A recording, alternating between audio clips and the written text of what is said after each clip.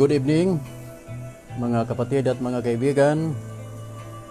Welcome to the program, The Voice of Reformation, which is coming you live from Tennessee Homes, San Agustin, Digos City.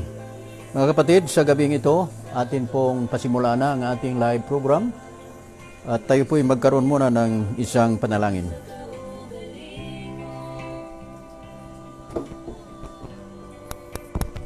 Mahabaging Diyos, Ama namin na nakitasan sa mga langit.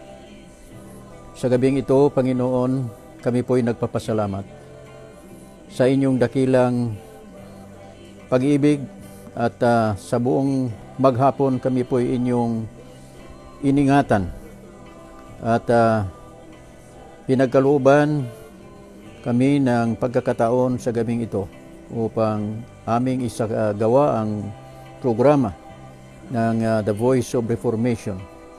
At ito po ay magiging kasangkapan upang ipalagana po ang inyong banal na mga salita. Pagpalain po ang lahat ngayon na kasama namin sa pag-aral sa inyong banal na mga salita. Buksan niyo po ang aming puso't isipan. Ipagkaloob po sa amin ang kapangyarihan ng inyong banal na Espiritu upang amin pong malinaw na makita at maunawaan ang inyong banal na kalooban. Patawarin po ang aming mga kasalanan at tanggapin nawa ang aming mga kahilingan alang-alang po sa pangalan ng aming Panginoong Hesus. Amen. Okay, magandang gabi po mga mahal na mga kapatid at mga kaibigan sa buong isla ng Pilipinas, no, Luzon, Visayas, and Mindanao, na sinasabi nga ng iba, Luz Bimin, Luz Bimin, Luzon, Visayas, and Mindanao. Pasalamat tayo po sa gabing ito, walang ulan, at hindi tayo magkaroon ng ingay or mga disturbance sa ating gaganapin na programa, and hopefully tayo po ay magkakaroon ng maayos, no, na signal at hindi po tayo madisturbo po sa ating mga pag-aaral. At umaasa din ako sa mga kapatid natin, mga kaibigan, na huwag muna kayong tumawag, no, sa ganitong mga oras. Huwag sana kayo munang tumawag upang hindi ma-disturb, no, ang ating live program. I want to welcome our brothers and sisters and friends, no, outside the country. Those who are listening from different countries like South Africa, no, in Zambia, and also in Nigeria, no, Kenya. No, we have some brethren and friends who are also listening to this live program. Although we are speaking in Tagalog and a mixture of some English, little English, but they can understand. They told me that they understand it through through the help of internet. No, they will go to Google.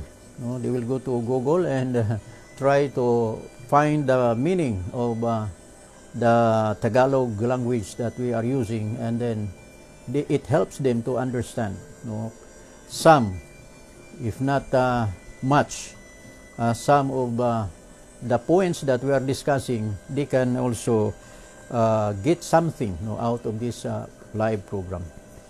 Mga kapatid, also we have listeners, no, in Israel, also in France. No, we have Sister Lynn, the sister of Sister Jocelyn, no, Jocelyn Iselin, no, and also we have in Singapore, no, we have in USA, We have in Middle East, no? Saudi Arabia, mayroon pang sa Dubai, no? Mayroong nag-message sa akin na isang Pilipina, no, na nandoon siya at siya po ay nakinig din sa ating programa. At also in South Korea, no, in what's this? Australia, Japan, also in New Zealand, Indonesia, Singapore, and also in Malaysia. No, we have some individuals who are following also this live program. So mga kapatid, sa gabing ito, ating purihin at pasalamatan ang Diyos sapagkat ngayong araw na yun, ito ay Martes. Napakabilis po mga kapatid ang panahon, di ba? Bago pa lang yung Sabado, ay ngayon Martes na naman tayo. No, this is how fast is the days are passing, no? Ganun bilis, no, ang pagdaan sa mga araw po mga kapatid. At tayo po ngayon ay nasa June na, no? We are now halfway of the year 2021. Imagine mga kapatid, nasa kalagitnaan na naman tayo ng taon 2021. Then 6 months after, we will be already 2022. Mga kapatid, yan po ang ating nakita, no, sa kabilis ng panahon. Kaya sabi po sa isang magaling na tagapagsulat, sabi niya, every year that passes, it brings us nearer to the end. Diba totoo mga kapatid? Every year that pass, no? Yung mga taon na lumilipas po mga kapatid, ito po ay nagdala sa atin palapit doon sa katapusan. No, I remember when I was traveling, every kilometer post na madadaanan mo, it brings you closer or nearer to your destiny. No, nung ako yung nag-travel po mga kapatid, galing Iligan papunta dito sa Digos, yung every kilometrahe, yung bawat kilometrahe na madaanan ko, yun po nagbigay sa akin ng pangunawa na ako'y palapit at palapit na sa aking destiny. Ako'y pupunta sa Digos City. No? Ganun po, no? Ang mga araw, mga bulan, mga weeks, months, and years that had passed, it will bring us nearer to the end. And time that is past, we cannot get it back. No, hindi na yan pwede nating pabalikin. No, hindi na.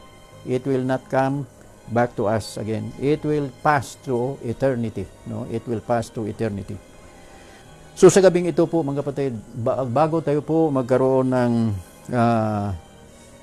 pagtalakay po ng ating Bible study, continuation sa ating pong mga pag-aaral, muli aking ibigay si Solomon, no, para sa kanyang awitin.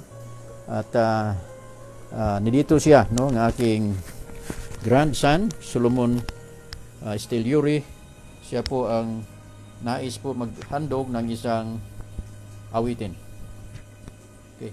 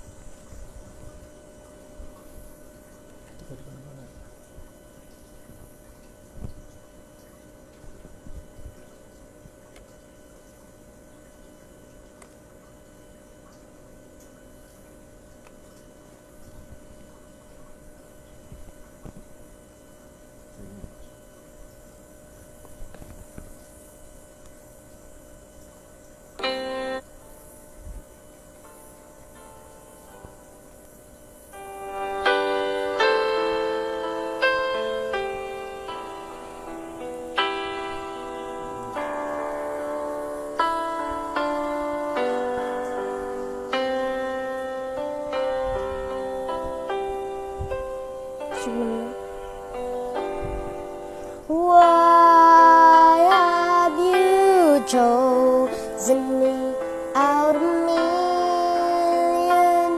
Your child called to be. You know all the wrongs that I've done. Oh, how could you pardon me? Forgive my iniquity. To save me, give Jesus your Son.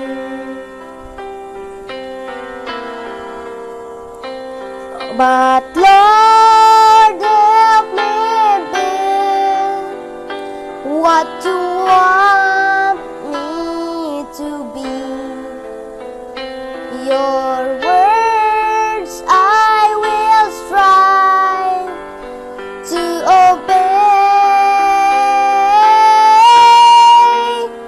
My life I now give, for you I will live and walk by your side all the way.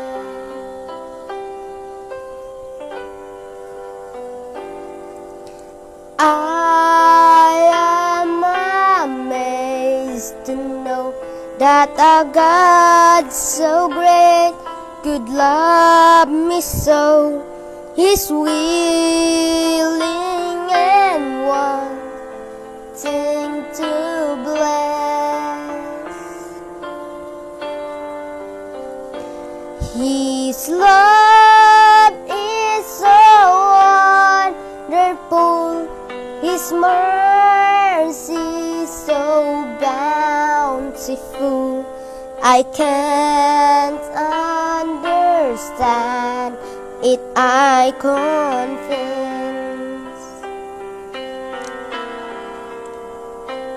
Oh Lord, help me be what you want me to be. Your word I will strive to obey. My life I now give, for you I will live and walk by your side all the way. But Lord, help me be what you want me to be. Your word I will strive to obey. My life I now give, for you I will live and walk by your side all the way, and walk by your side all the way.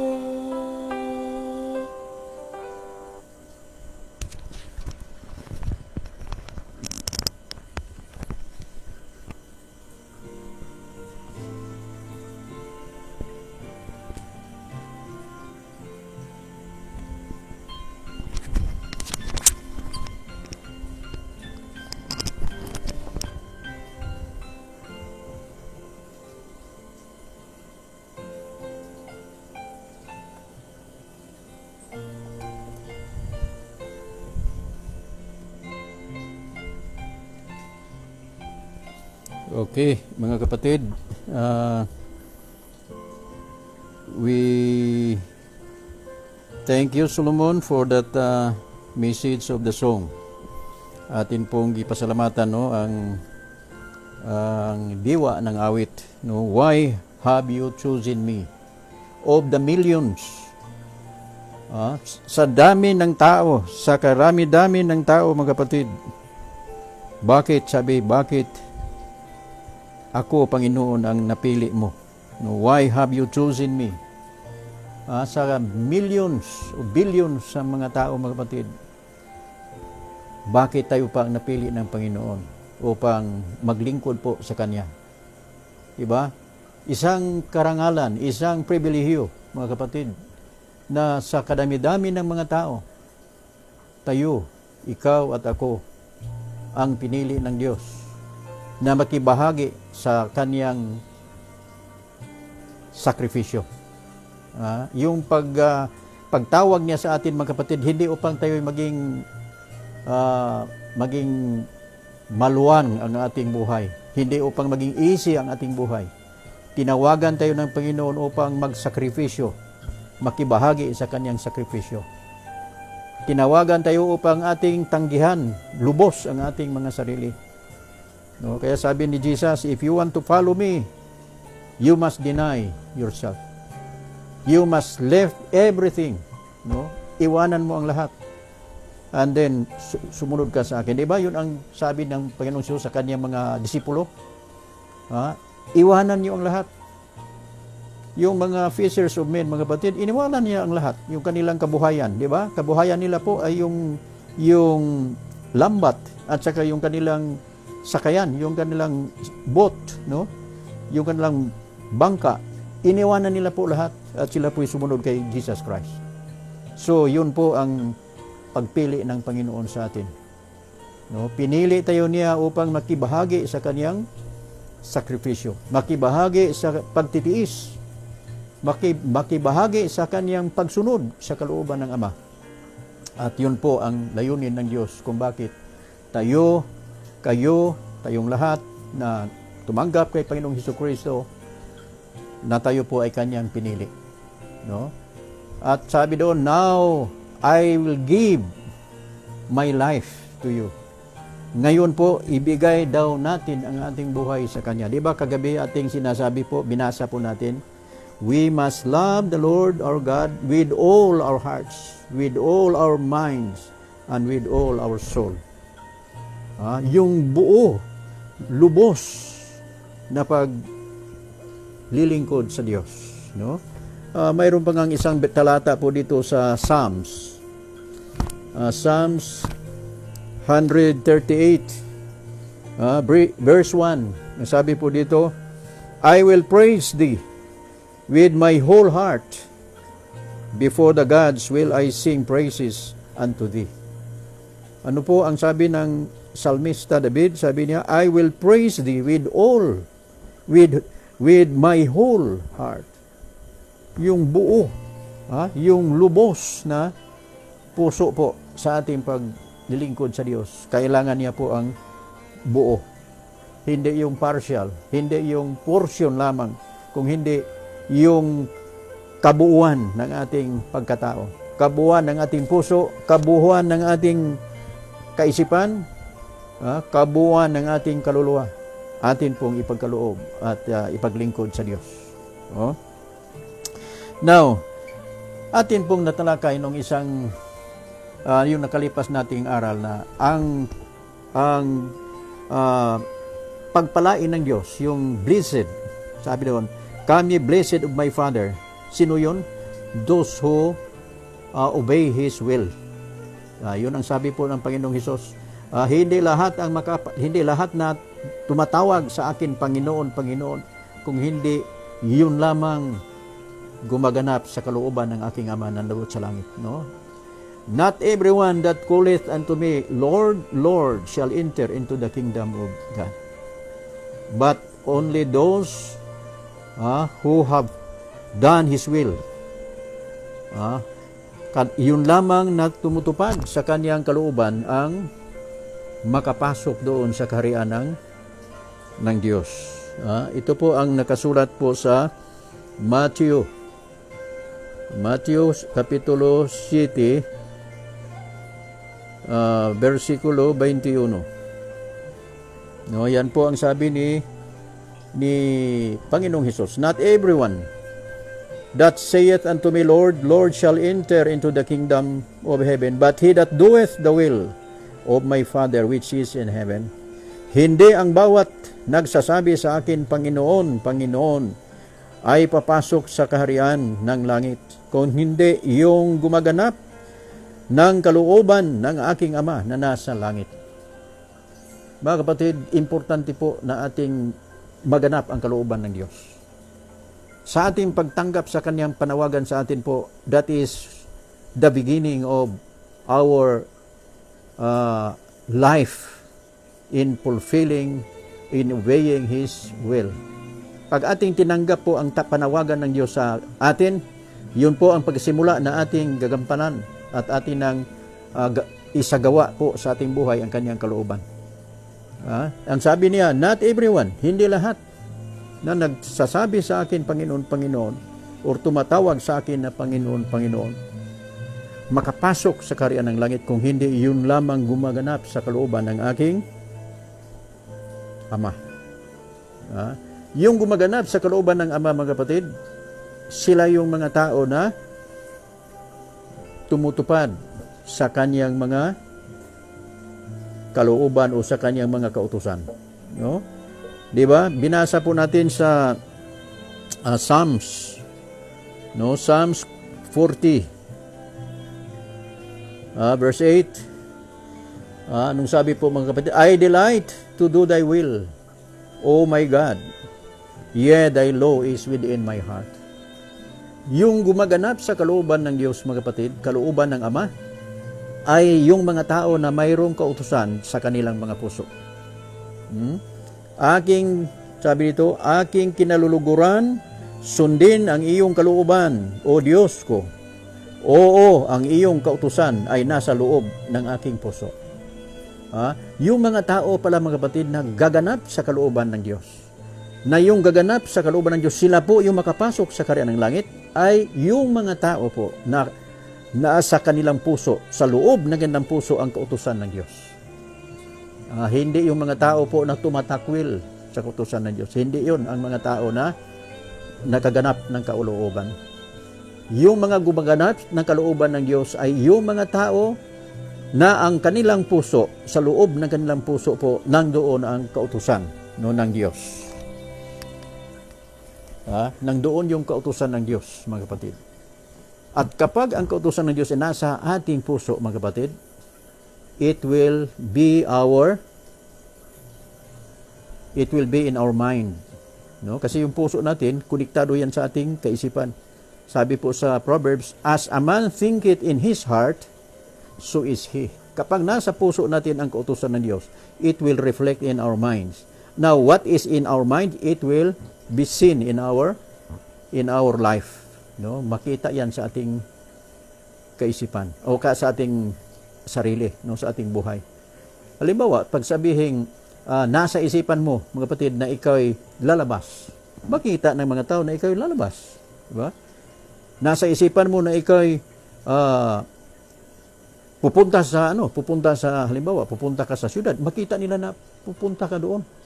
So kapag ang kautusan, mga kapatid, nasa ating kaisipan, it is in our minds, it is in our hearts, makita talaga yan sa mga tao na ikaw po ay mamumuhay na kaayon sa kautusan ng Diyos. Hindi ka magkontra. You will not be against. You will not go against the law. You will not speak against the law.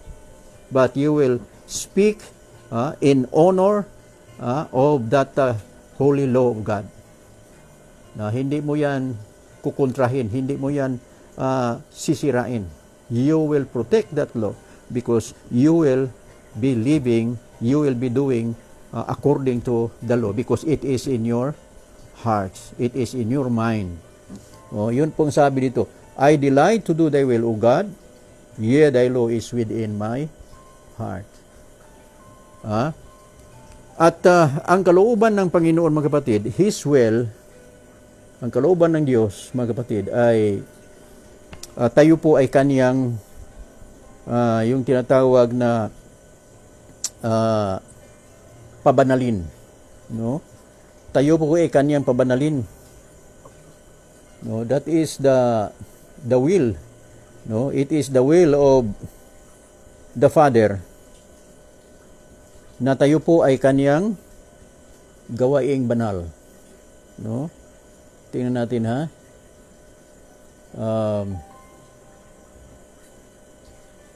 Sa 1 Thessalonians, dito sa aking Bible, no, sa English, matagal natin makuha doon sa tab. Dito po sa Timothy, sa Thessalonians, 1 Thessalonians chapter 5 verse 23. And the very God of peace sanctify you wholly. And I pray, God, your whole spirit, soul, body be preserved blameless unto the coming of our Lord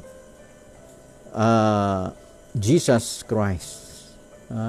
Ano daw ang sabi niya, mga kapatid? The very God of peace shall sanctify you wholly. Yun, gusto ng Diyos talaga na yung lubos, no, buo. Hindi yung tinatawag po na yung partial ba? Hindi po gusto ng Panginoon yan, yung partial. Ang gusto ng Panginoon na lubos. Bakit? Kasi sabi niya, for this is the will of God, even your sanctification, that ye should abstain from fornication. Ito po ang nais ng Panginoon, no? Sa 1 Thessalonians chapter 4 verse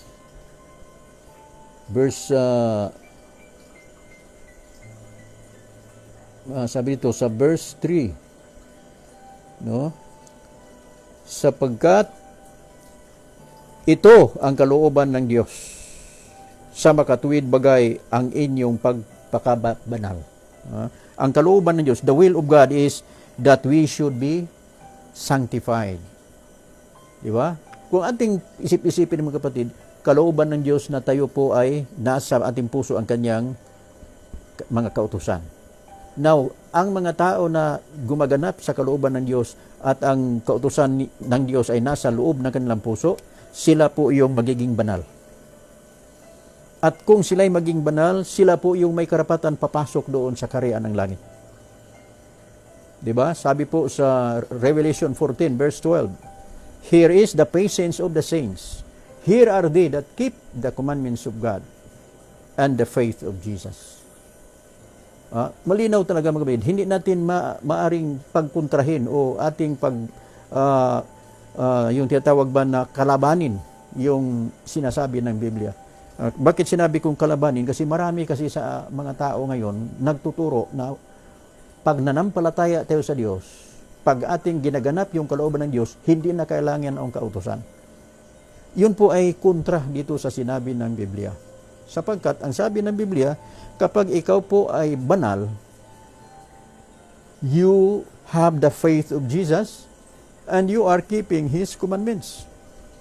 Diba? Sabi, here is the patience of the saints. So, yung banal, nandoon yung pagtiyatyaga ng mga banal. At ano yung ugali ng mga banal? Sila po'y nagsisigap tupad ng kautusan ng Diyos. Basahin natin sa Tagalog, ha, kasi hindi natin mabigkas sa wastong pagkabigkas sa Tagalog. Sabi po dito, narito ang pagtitiyaga ng mga banal, ng mga nagsisitupad ng mga utos ng Diyos at ng pananampalataya kay Hesus. Here is the patience of the saints. Here are they that keep the commandments of God and the faith of Jesus. Tumutupad sa kautusan ng Diyos at mayroon silang panampalataya kay Hesus. Ibig sabihin po, yung mayroong panampalataya kay Hesus, hindi yan lalaban sa kautusan. Hindi yan kukontra sa kautusan ng Diyos. Naintindihan ba natin? Those who will keep the commandments of God are those who are considered as saints. Sila po yung tinatawag na banal. At yung banal, sila po ay tumutupad sa mga utos ng Diyos at mayroon silang panampalataya kay Hesus. Kaya napakalinaw. Ibig sabihin, kapag mayroon tayong panampalataya kay Hesus, kapag tayo po'y sabi na, I believe in Jesus, you will also believe and keep His commandments. And you are the saints na tinatawag ditong makapasok sa kaharian ng langit. Oh. Now, mayroong tanong po mga kapatid na nais nating sagutin, no? Nais nating pag-aralan ngayon. Paano natin malaman ang kalooban ng Diyos? How to know the will of God? No? Paano natin malaman? Kasi importante pala na ating maisakabuhayan. It is very important that we will be obeying and doing the will of God. Importante yun. Kasi yun ang isa sa mga kailangan. No? Mayroon pang ang kasabihan dito sa John, no? Sa John 7 verse 17. Mayroon pang isang talata dito mga kapatid, kung gaano kaimportante yung pagganap sa kalooban, no, ng Diyos.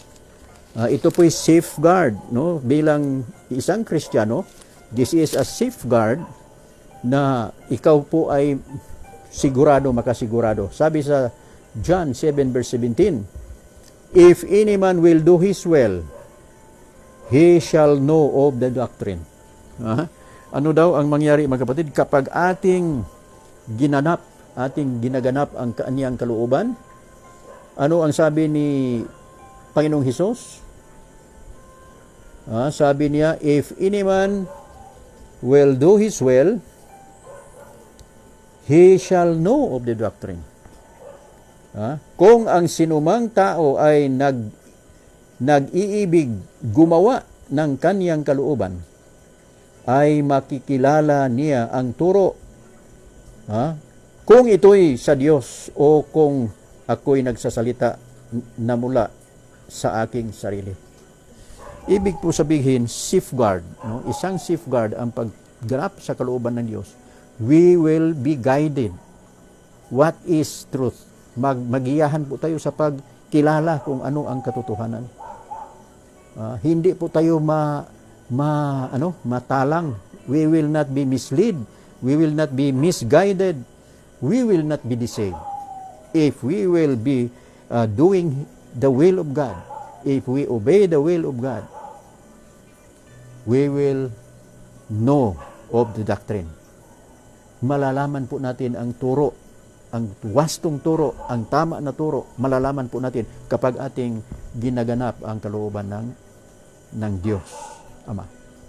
Now, ang tanong nga mga kapatid, how to know the will of God? Paano malaman ng tao ang kalooban ng Diyos? Paano? How to know the will of God? Ito po, gusto kong ating consider itong isang sulat ni Apostol Pablo sa aklat ng Roma,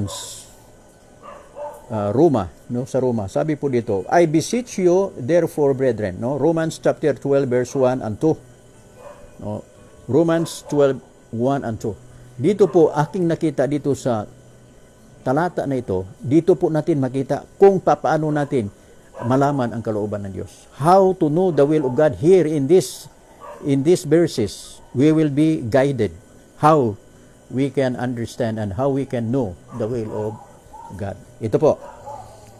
Sabi po sa verse 1, no, chapter 12 ng Romans, I beseech you therefore, brethren, by the mercies of God, that ye present your bodies a living sacrifice, holy.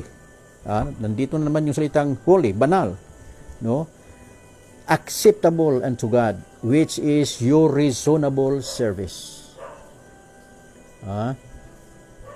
Sa Tagalog, kaya nga mga kapatid, ipinamamanhik ko sa inyo alang-alang sa mga kahabagan ng Diyos na inyong iharap ang inyong mga katawan na isang haing buhay na kaaya-aya sa Diyos na siyang inyong katampatang pagsamba. Present your bodies a living sacrifice. Okay? Now, number 2, verse 2. And be not conformed to this world, but be ye transformed by the renewing of your mind, that ye may prove what is that good and acceptable and perfect will of God. Sa Tagalog po, ang sabi po, at huwag kayong magsiayon sa sanglibutan, sa sanglibutang ito, kundi mag-iba kayo sa pamagitan ng pagbabago ng inyong pag-iisip upang mapatunayan ninyo kung alin ang mabuti at kaaya-aya at lubos na kalooban ng Diyos. Mga kapatid, dito kung ating pansinin, no, if you will notice here in these 2 verses, here is the steps. There are 3 steps here, no, na ating nakita na we should take in order for us to know the will of God. Upang pong malaman natin ang kalooban ng Diyos, itong 3 steps, kailangan po nating isagawa. Kailangan po nating isakatuparan. Ano yung unang steps, mga kapatid? Dito po sa verse 1. Sabi, I beseech you, brethren, that ye present your bodies a living sacrifice, holy, acceptable unto God, which is your reasonable service. Ito po ang una. Present your body. Yung present, ibig sabihin po, sabi sa Tagalog, ipinamamanhik ko sa inyo alang-alang sa kahabagan ng Diyos na ininyong iharap ang inyong mga katawan na isang haing buhay. Yung salita pong iharap, present. Pag ikaw po'y nagbigay ng isang present, if you present something, you will give it fully. Ipagkaloob ninyo yan sa inyong bibigyan. Pag halimbawa mayroon kang present para sa isang tao, you will present something, ibigay mo yan sa kanya. Lubos na pagbigay.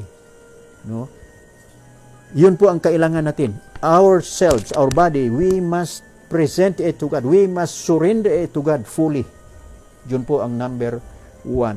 In order for us to know His will, we must surrender, we must give, we must present our bodies holy. Buo, lubos, ibigay po natin sa ating Panginoon. That is first step. In order to know His will, we must surrender, we must present, we must give wholly ourselves to God. Yun po ang number 1. Now, number 2, be not conformed to this world, but be ye transformed by the renewing of your mind. Okay? So, dito po sa verse 2, dalawa po ang mayroon dito na ating nakikita. Kung ang number 1 po ay you must present your body, you must give your body a living sacrifice. Number 2 po is be not conformed to the world. Upang malaman natin ang kalooban ng Diyos, kailangan tayo po'y hindi makiayon sa sanlibutan. Kailangan po hindi tayo makaayon sa sanlibutan. Kasi pag tayo'y nakiayon sa sanlibutan, we become worldly, our mind become worldly, we cannot understand His will. Sigurado po yan, hindi natin maintindihan ang kanyang banal na kalooban. So, number 2, the second step in order to know His will is we should not conform to the world. Sa Tagalog, huwag kayong magsiayon sa sanlibutan. Now, number 3, mga kapatid. Number 3 is, sabi po dito, be ye transformed by the renewing of your mind. Number 3 po, upang malaman natin ang kalooban ng Diyos, kailangan po tayo na, kailangan po tayong mag-iba. Mag-iba. At magbago, mga kapatid. We must become transformed by the renewing of your mind. That ye may be transformed by the renewing of your mind. Kung hindi, mag-iba kayo sa pamagitan ng pagbabago ng inyong kaisipan. Itong ating kaisipan kasi, mga kapatid, yung carnal mind natin, mga kapatid, yung ating kaisipan na makalaman, kailangan ito babaguhin. Hindi natin maunawaan ang mga salita ng Diyos kapag hindi nabago itong ating kaisipan. Kasi worldly mind or yung tatawag na carnal mind cannot discern spiritual things. Hindi po ito makakaunawa ng mga spiritual na bagay, mga kapatid. No? We cannot understand. Kasi sabi po dito sa 1 Corinthians chapter 2, no? Chapter 2. Ang sabi po, for what man knoweth the things of a man, save the spirit that is in him? Now we have received not the spirit of the world, but the spirit which is of God.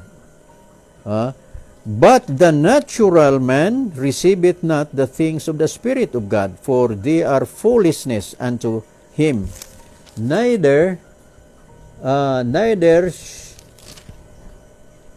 can he know them, because they are spiritually discerned. But he that is spiritual judgeth all things, yet he himself is judge of no man. For who hath known the mind of the Lord, that he may instruct him? But we have the mind of Christ. Ano daw ang sabi po dito? The natural man receiveth not the things of the Spirit, for they are foolishness unto him. Neither can he know them, because they are spiritually discerned. Kaya yung ating mind, mga kapatid, if it is not renewed, we cannot understand spiritual things. We cannot understand the will of God. Hindi po natin malaman, hindi po natin maunawaan ang kalooban ng Diyos. Paano natin makilala ang kanyang kalooban? Ang sabi po dito sa talata nating binasa, kailangan una i-present natin ang ating sarili, living sacrifice, buhay na hain. Ating ibigay ang ating sarili sa Panginoon bilang buhay na hain. Buo, mga kapatid, hindi yung kalahati. We should give to God our whole body, our whole heart, our whole mind, our whole spirit. Ibig sabihin, the entire you. Ibigay mo sa Panginoon yan. I-present mo sa Kanya. That is first step. In order for you to know His will, you must give yourself to Him. Second step is, do not be conformed with the world. Do not conform with the world. Huwag kang makiayon sa sanlibutan. The third step is, you should be renewed. You should have a change of mind. You should be reformed. In other words, there should be a reformation in your life in order for you to know His will. Kasi ang sabi po dito, be not conformed to this world, but be transformed by the renewing of your mind, that ye may prove what is that good and acceptable and perfect will of God. Upang, sabi ito, upang mapatunayan ninyo kung alin ang mabuti at kaaya-aya at lubos na kalooban ng Diyos. Malinaw po, mga kapatid, di ba? Malinaw. Upang malaman natin ang lubos, kaaya-aya, at mabuti na kalooban ng Diyos, number one, we should present our body a living sacrifice. We should surrender ourselves to God fully. We should give ourselves to God. Yun ang number one. Number two, there should be a renewal. We should not conform to the world. Number two, we should not conform to the world. Huwag tayong makiayon sa sanlibutan. At sa mga bagay ng sanlibutan, huwag nating ibigin ang mga bagay sa sanlibutan. Pangatlo po, mga kapatid, kailangan nating magbago. We should renew our mind. There should be a renewal of your mind. And there should be what we call transformation. No? Transformation of your mind. No? Transformation of life. Mga kapatid, itong tatlo na ito na steps, kailangan po natin upang ating maunawaan, ating maalaman ang kalooban ng Ama, kalooban ng Diyos, at upang tayo po ay makapasok sa Kanyang kaharian. Atin bang naintindihan, mga kapatid? Atin bang nasundan ang ating gitalakay? How to know His will? Romans chapter 12 verse 1 and 2. Nandyan po ang tatlong steps. We should present our body a living sacrifice. We should not conform to the world. Number 2. Number 3, we should be renewed. We should be changed. We should be reformed. Then, when we have these 3 steps, sabi doon, that ye may prove what is that good and perfect will of God. Atin nang mapatunayan, atin nang makilala, atin nang maunawaan kung ano yung kalooban ng Diyos. At kapag tayo po'y nakaunawa na sa kalooban ng Diyos, sabi po doon, he who do the will of God, he shall know of the doctrine. Malalaman na natin ang turo ng Diyos. Now, since there are 3 steps in order that man will know His will, there are three ways also that God reveal His will to us. Yun po. Gusto kong basahin po ang isang pahayag po sa Spirit of Prophecy. At ito po ay talagang napakaliwanag, no? Napakalinaw, no? Kung mayroong 3 steps required that we should comply in order to know His will, there are 3 ways also wherein God revealed His will to us. Mayroon ding 3 pamaraan ang Diyos kung saan Kanyang ipakilala sa atin ang Kanyang kalooban. Okay, number 1, sabi po dito, there are 3 ways in which the Lord reveals His will to us, to guide us and to faith us, to guide others. Mayroong 3 paraan kung saan ang Diyos ihayag niya po ang Kanyang kalooban dito po sa atin. Number 1 po, sabi ito, God revealed His will to us in His Word, the Holy Scripture. Mga kapatid, dito pala sa Holy Scripture, dito po sa salita ng Panginoon, His words, the Holy Scripture, this is where God revealed His will to us. Kaya basahin natin at sundin natin ang Holy Scripture because this is where God revealed His will to us. Dito po niya inihayag sa atin ang Kanyang kalooban. Kaya basahin natin ito at ating sundin ito.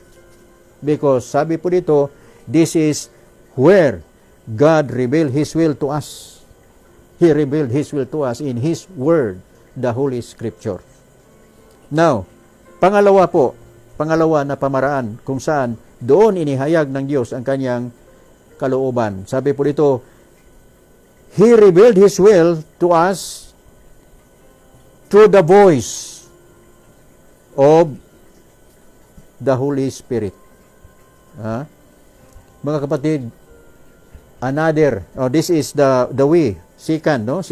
His voice or His will is revealed to us in His providential workings. And it will be recognized if we do not separate our souls from Him. Pangalawa pala po, the second way or the second way in which God will reveal His will to us is through His providential workings. Sa mga providential workings, diyan na ihayag niya ang Kanyang kalooban. Now, pangatlo, He revealed His will to us through the appeals of the Holy Spirit, making impressions upon our hearts, which will be wrought in our characters. So, 3 po itong pamaraan. 3 ways. There are 3 ways in which the Lord revealed His will. Kung mayroong 3 steps in which we can understand His will, in order for us to know His will, there are 3 steps. Ayon po sa Romans 12 verse 1 and 2. Mayroon ding 3 ways in which God will reveal His will to us. Number 1, He revealed His will to us through His words, the Holy Scripture. Number 2, He revealed His will to us through His providential workings. Providential workings. Now, number 3, mga kapatid, He revealed His will to us through the appeals of the Holy Spirit. At ito po, I believe, this is how God really reveal His will to us. Sa salita ng Panginoon, yung Holy Bible or the Word of God, dito po natin masumpungan talaga ang Kanyang kalooban. Kung ating pag-aralan, kung ating unawain, at tayo po'y nagbabasa nito araw-araw, we will know His will, really, here in His Word. Now, number 2, we will know His will, He will reveal His will to us through the providential workings. Ano ba itong providential workings, mga kapatid? Yung mga providential workings, no, ay yung mga pangyayari ba sa ating buhay na sa pamagitan ng providensya ng Diyos, na hindi natin inaasahan, hindi natin inaakala, pero yun ang nangyari. Ngayon, nalaman natin, ay, kalooban pala ng Diyos yun. Magbigay ako ng example, mga kapatid, ha? Mayroong isang tao, at ito'y nangyari sa aking buhay, no? Nangyari sa aking buhay. Ako po, isang araw, nagmamadali ako. Gusto kong maaga na makaalis at makasakay sa maagang trip, kasi gusto kong maaga makarating doon sapagkat ako'y kailangan babalik. Kaya agang-aga, no? Agang-aga ako po ay nag-abang ng sasakyan. Now, yung bus na ini-expect ko na sasakyan ko, nung aking paparahin, mga kapatid, pinahinto ko, hindi huminto, hindi ako tinigilan. Diretso yung bus. At 1 hour after pa ang sunod na bus. Kaya naisip ko, malilate na ako sa aking appointment doon. Kausap ko doon na kailangan makaabot ako sa gano'n na oras. At medyo disappointed ako, mga kapatid. Nagkaroon ako ng, parang biniblame ko ba ang Panginoon, bakit hindi pinantulot ng Diyos na ako'y kailangan makarating doon sapagkat mayroon akong kausap doon na mag-aaral. At yun ang oras na aming napag-usapan, ay ako'y hindi nakasakay. Hindi ko na maabutan yung aking schedule, yung appointments. So I was disappointed, mga kapatid. Now, nakahintay ako sa second trip. Sumakay ako sa second trip, mga kapatid. Nakasakay ako. Nung aking pinara, nakasakay ako. Now, nung nagbiyahe, mga kapatid, tumatakbo na yung bus. Pagdating doon sa unahan, mga kapatid, yung bus na sasakyan ko sana, ay nagkaroon ng aksidente. Nagkaroon ng aksidente. So, yun po ay example ng providential workings. Kalooban ng Diyos na hindi ka nakasakay doon sa bus na yun, sapagkat kung nakasakay ka, ikaw baka mapahama ka doon. And that is His will. Kalooban ng Diyos na hindi ka makasakay doon. Dito ka pasakayin, dito sa isang trip na hindi mo sana gusto, pero paano? Iyon ang kalooban ng Diyos. Kasi gusto ng Diyos na iiwas ka doon sa posibleng mangyari na emerhensya. Magkaroon ng aksidente. Diba, mga kapatid? Yun po ay mga providential workings. No? Providential workings. Minsan, mga kapatid, mayroong halimbawa, mag-asawa, gustong magkaanak, ay hindi binigyan ng anak ng Panginoon. Ay parang disappointed. Pero later on, they understand na kaya pala hindi tama na magkaroon sila ng anak sapagkat yung nanay mayroon palang sakit at hindi niya maalagaan. Anong nangyari sa yung babae? Mayroon siyang karamdaman na malubhang karamdaman na lumitaw. At yun na ang kanyang nagiging ikinamatay. Nabiro mo? Kung mayroon silang anak at yung nanay, hindi niya maalagaan yung bata kasi mayroon siyang sakit na yun ay mga providential workings ng Diyos. Mayroong mga tao na gustong na manirahan doon sa lugar na yun. Gustong-gusto niyang bilihin yung lugar na yun na gustuhan sana niya. Pero hindi ibinigay ng Diyos. Parang naano siya kasi nakuha ng iba. Ngayon, dumating ang ilang taon, mga batid, binaha yung lugar na yun. Nakaisip siya, nako, kung natuloy, nakuha namin yung bahay na yun, talagang madisgrasya ang aking pamilya. Biro mo yan? So, those are examples of providential workings wherein the will of God is revealed to us. kalooban ng Diyos na hindi mo makuha yun kasi mapahamak ka pala doon. Now, pangatlo, yung appeal of the Holy Spirit. Mga kapatid, the voice of God, the voice of the Holy Spirit in our minds, it is the will of God telling us what to do. It is God's will, yung boses ng Holy Spirit po sa ating isipan. The appeal, yung mga pakisumamo, pakikisuyo ng Holy Spirit po sa ating puso at sa ating isipan, that is God's will revealed to us. Pag ito po'y ating kukontrahin, pag ito, if we resist them, mga kapatid, we will not please God. Hindi tayo po makakalugod sa Diyos.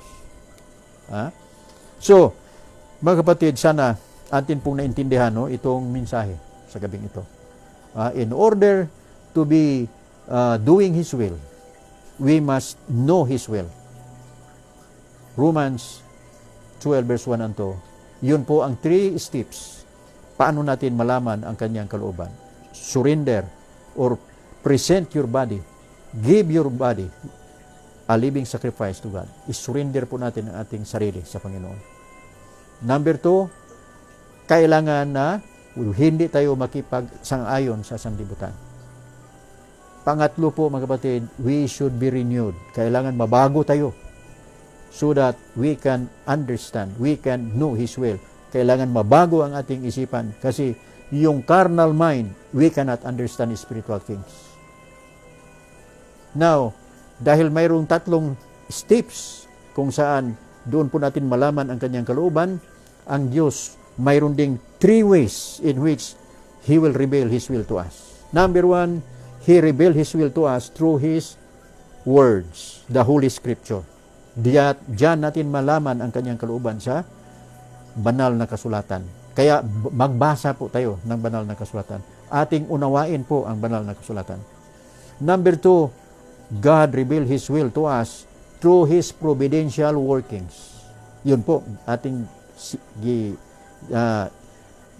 discuss, no? Yung providential workings, yung mga pangyayari sa ating buhay na ang Diyos ang gumawa doon.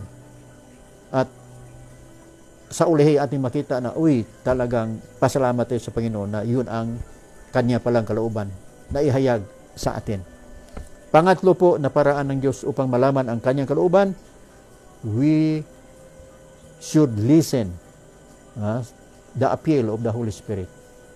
The appeal of the Holy Spirit, that is the third way, that is one of the ways in which God revealed His will to us. Yung appeal, the appeal of the Holy Spirit in our hearts and in our minds. Mga kapatid, sana tulungan tayo po ng Panginoon na ating pong ganapin ang kalooban ng Diyos. Sapagkat ang pagkalooban ng Diyos po na tayo po'y pabanalin niya. At upang tayo mapabanal, humiwala ito sa sanlibutan.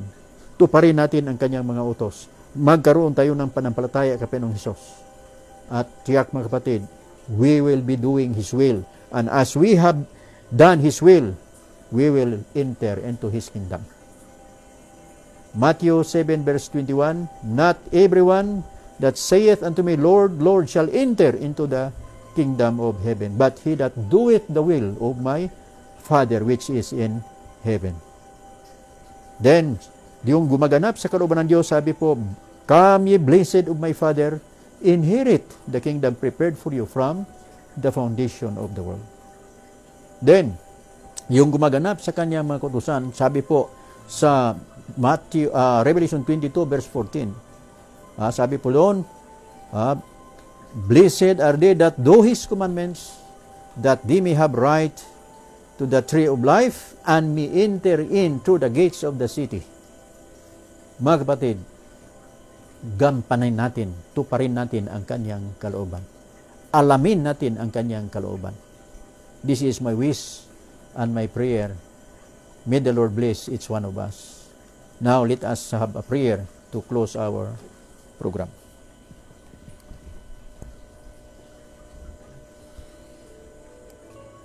Mahabaging Diyos, Ama namin na sa katasan sa mga langit. Panginoon, maraming salamat sa gabing ito sa inyong mga salita na muli aming nalaman at napag-aralan.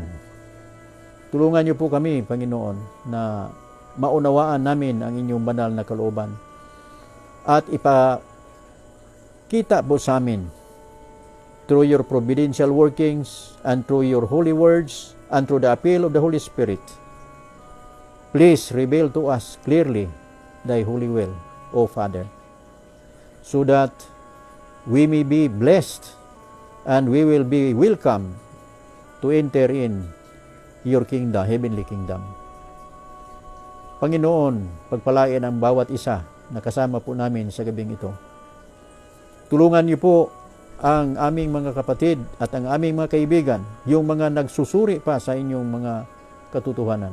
Buksan po ang kanilang mga isipan at ang kanilang puso na kanila rin maunawaan itong huling pabalita ng kaligtasan na nais po ninyong ipaabot sa mga sinsiro, mga tapat na kaluluwa na inyo pong ililigtas.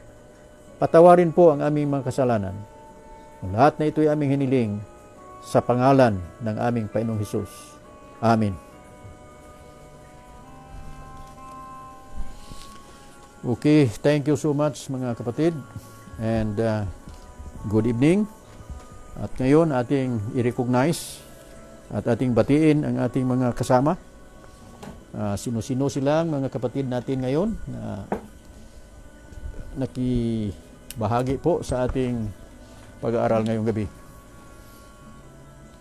Sino po ang ating frontline?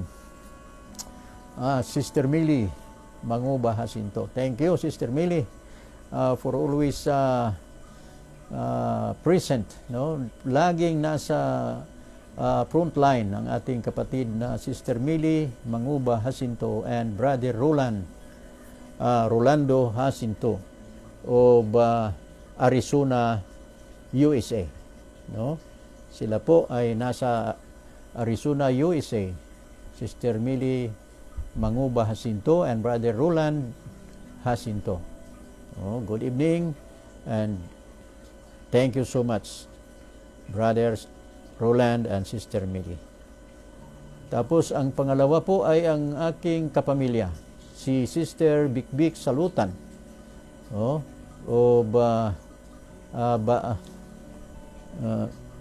Balasyaw. Balasyaw, no? Si Sister Bikbik Salutan ay taga Balasyaw. Maraming salamat, no? Daghang salamat, Sister Bikbik, kapamilyang Bikbik. God bless you, no? Pagpalain kayo ng Panginoon, Sister Bikbik, kapamilya, no? Maraming salamat sa iyong pag-join sa ating programa ngayong gabi. At sabi ni Sister Millie, good evening, brother and sister. And to all viewers, more power to your program. God bless. Thank you, Sister Millie. Thank you. And then we have Brother Julius Copi. Brother Julius Copi. Siguro Brother Julius Copi nasa saang lugar ba ito si Brother Julius?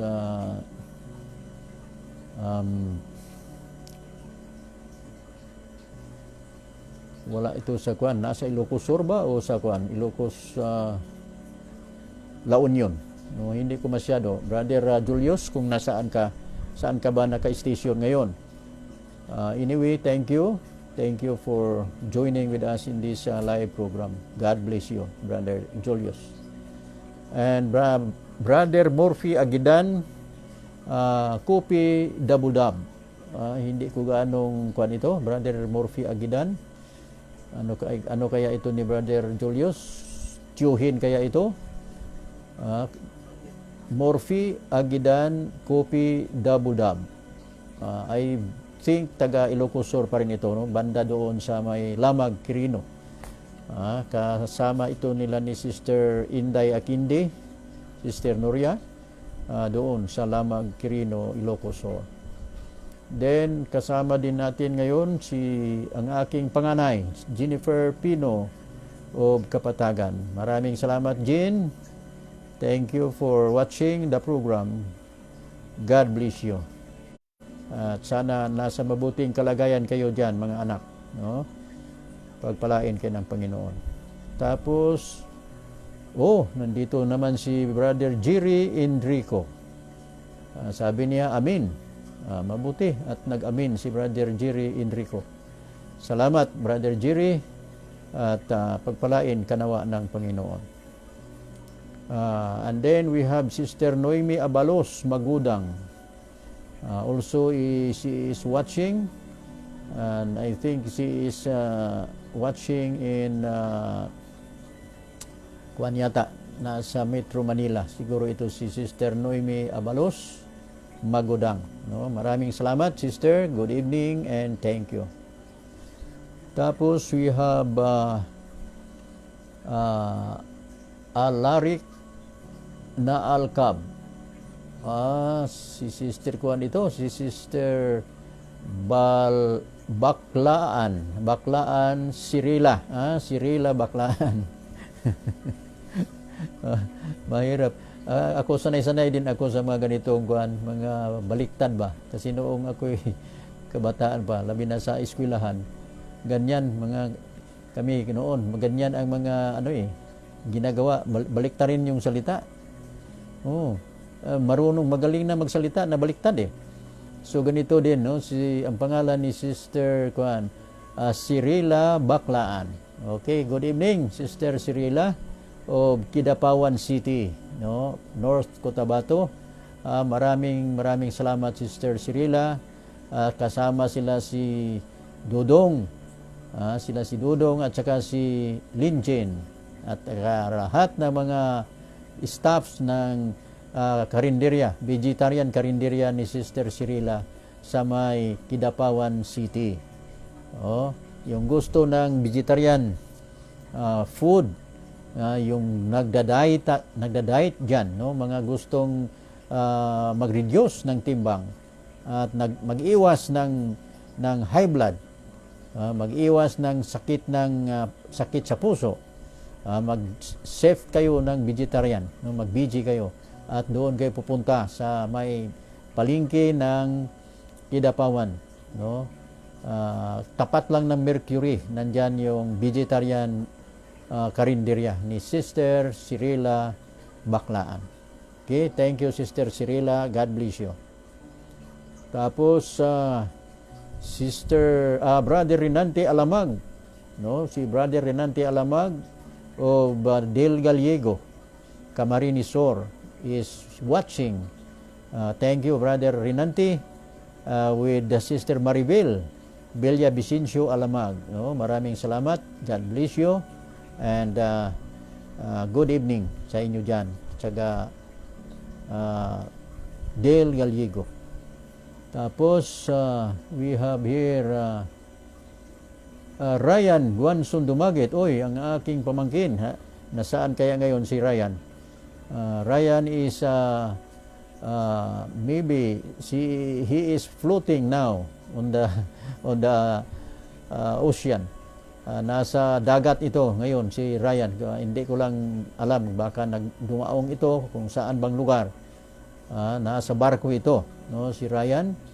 Maayong gabi dia, Ryan, no. Sana nasa mabuting kalagayan at ligtas. Ingat, no, ingat lagi, Ryan, at huwag makalimot, no, sa pagpanalangin sa Panginoon, no, for protection and for safety, no. Nasa Panginoon ang ating kaligtasan lagi. So, salamat, Ryan. God bless you and thank you for watching the program. And then we have GC Crisologo is watching.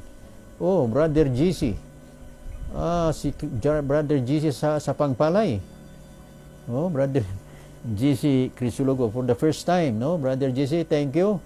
Maraming salamat sa inyong panood, no? At pakinig sa ating simple na programa.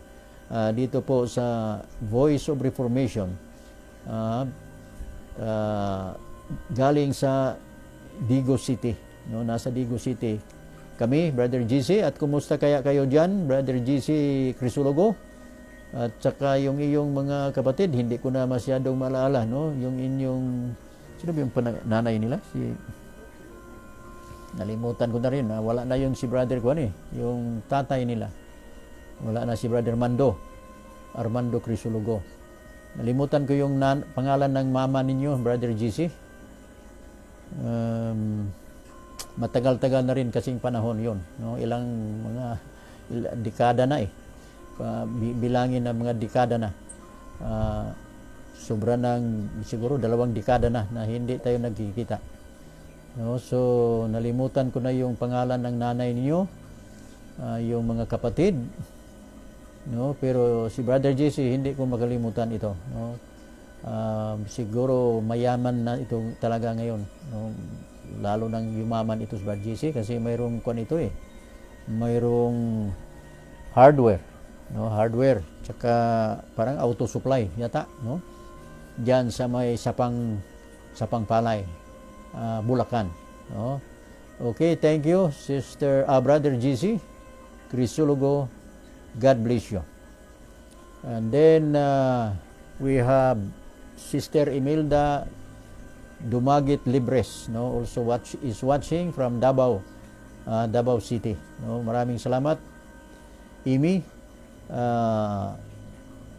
with Brother Tingting, no? Brother Tingting, God bless you and good evening. Tapos we have Sister Elpidia Bibian Kalimutan, no? Is also watching. Maraming salamat, Sister Elpidia Bibian Kalimutan, for watching this live program. Kumusta si Sister DC Divisa, no? Sa Lukban pa rin, no? Sister DC Divisa, magandang gabi at pagpalain kayo ng ating Panginoong Diyos. Now, kinukumusta din natin dyan sa may Quirino, si Sister Sally Copi, yung mother ni Brother Julius Copi, at si Sister Cristita Acoy, Brother Manasis Acoy, at si Sister Inday Akindi, Mary Rose Copi of Cervantes, Ilocosur, and si Mary Jane Sansis, at saka si Brother Gilbert Sansis of Cervantes, no, Ilocosur, and also Gideon Acoy, no, of Quirino, no, Lamag Quirino. Maraming salamat sa inyo at magandang gabi, no. And then also gusto kong kumustahin, no, si Sister Lynn Rakisa, no, Sister Lynn Rakisa, our viewer in Paris, France, no, nasa Paris, France, ito Sister Lynn Rakisa, kapatid ni Sister Jocelyn Iselin, no, na nasa Australia naman. Ngunit ito si Sister Lynn Rakisa is in Paris, France, kasama po ang kanyang isang kapatid, no, si Rowena Rakisa, and Sister Karen Claire Gomez. Pamangkin yata ito ni Sister Lynn Rakisa. Tapos mga anak ni Brother Erning Orlanda, si Brother Junard Orlanda, kinukumusta natin yan sa may Cagayan. And then pangalawa si Sister Lilia Sabado. Then pangatlo na anak ni Brother Erning, si Roland Orlanda. Then pang-apat si Ronald Orlanda. At yung panglima si Froiland Orlanda. Mga anak ito sila ni Brother Erning Orlanda at kay Sister asawa, no, ni Brother Erning. Ano ba yung pangalan sa asawa ni Brother Erning? Kunin natin yung pangalan, ha. Si Brother Erning, yung kanyang wife ay si Sister Teresita, no? Sister Teresita Orlanda. At ganun din, kinukumusta natin dyan sa Cagayan sila Brother Julian Andres at Sister Noemi Andres. Ganun din si Sister Los Biminda Onciano with Brother Rinaldo Onciano.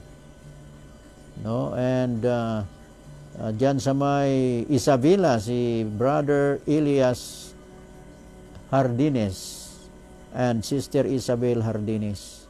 No? At yung bago, yung latest na nabinyagan, no? Sila Brother Bini Frunda and Sister Lita Frunda, no? At Mark Aerorita at Prissy Aerorita. And then si Brother Juanito Turisier at si Sister Cora Turisier. And then Mr. and Mrs. or Brother and Sister Marcelina Alibuyog. Maraming salamat, no, sa inyo. Good evening at sana nasa mabuting kalagayan po kayo diyan, mga kapatid, no. At sa may Samar, kinukumusta natin si Brother Roberto Dakutanan, no, Brother Roberto Dakutanan with Brother Darwin Labok, no. Magandang gabi sa inyo diyan, mga kapatid. At Brother Ranulfo Abo-Abo at si Brother GBP Abilia. Good evening sa inyo diyan, no, sa may Samar, no. Si GBP Abilia ay nasa Isabela, no. Kasama yata nila ni Brother Dudoy at saka Sister Binit, no, na nasa Santiago City. Good evening, no, Brother Dudoy, Limuel Sunyo and Binit Ansiro Sunyo, no, diyan sa may Santiago City. At ikumusta din natin si Sister Derlina Ditsos with Brother Francisco Ditsos of Ordanita City, kasama ng kanyang mga anak, no. Good evening, no, sa inyo diyan. Kinukumusta din natin si Brother tawag nito, Brother Minying, no, si Brother Minying, kinukumusta din natin of Pangasinan, no, Season Pangasinan. Si Brother Ernie Minying, kasama na ang kanyang mga anak diyan, no, sa Pangasinan, sila Sister Ana, Brother Eric at kanilang mga anak, no. Good evening sa inyo diyan, mga kapatid. Alright, let us say farewell. Good night sa lahat, mga kapatid. Thank you until tomorrow, no. Kalooobin ng Panginoon, bukas ng gabi, midweek prayer meeting, tayo muli ay magkasama-sama. No? God bless everyone.